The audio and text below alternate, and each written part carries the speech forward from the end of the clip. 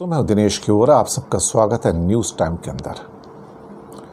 भारत के अंदर क्या आपका फ़ोन टैप किया जा रहा है, जासूसी हो रही है?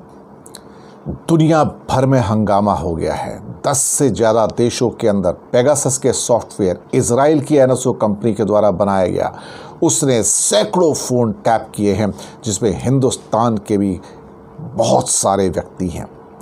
40 से ज़्यादा पत्रकार हैं जिनके फ़ोन टैप किए गए, जिसमें वायर का सिद्धार्थ वरदराजन, प्रंजय गुहा ठाकुरता, सुशांत सिंह, SNM आबदी जो दिल्ली यूनिवर्सिटी के प्रोफेसर, सैयद अब्दुल रहमान जिलानी, TV 18 की एंकर स्मिता शर्मा, हिंदू की विजेता सिंह, वायर की MK वेणु, इसके अलावा हिंदुस्तान टाइम्स के एग्जीक्यूटिव एडिटर शिशिर गुप्ता, साथ में राहुल गांधी, अभिषेक बनर्जी, ममता बनर्जी के भतीजे प्रशांत किशोर, जिन्होंने विक्ट्री दिलवाई।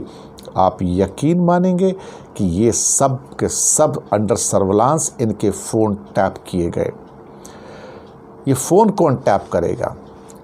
10 देशों के अंदर हुआ है। वॉशिंगटन पोस्ट हो या फिर गार्डियन हो या बड़े बड़े और न्यूज़पेपर हो, सबकी हेडलाइंस यही है कि इजराइल के एनएसओ सॉफ्टवेयर को, कंपनी को, जो पेगासस सॉफ्टवेयर है इसमें इस्तेमाल किया गया।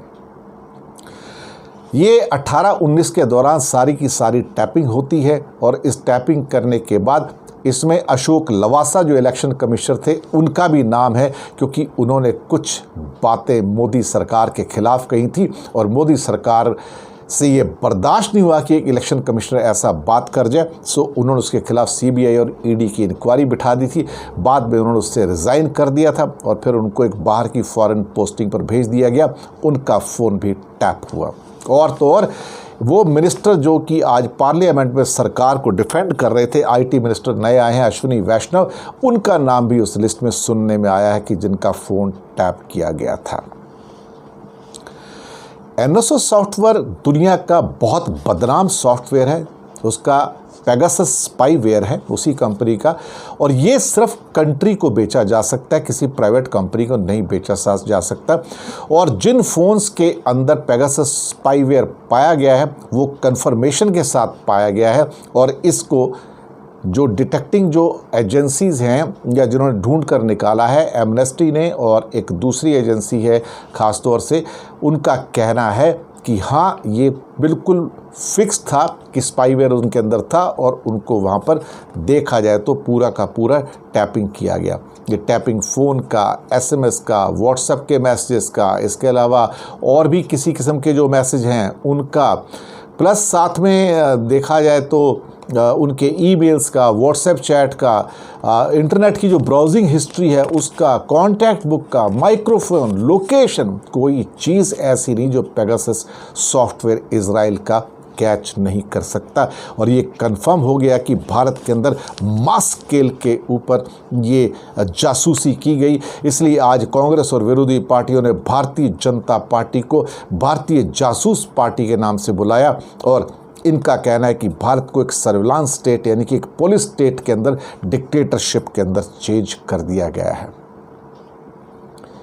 भारत में इस किस्म के मामले पहले भी आए हैं, पर यह मामला थोड़ा सा अजीब है, अनोखा है, जहां लार्ज स्केल पे, और उसमें सुना है कि एक बड़ा सुप्रीम कोर्ट के कोई जज भी हैं, उनकी भी की गई है।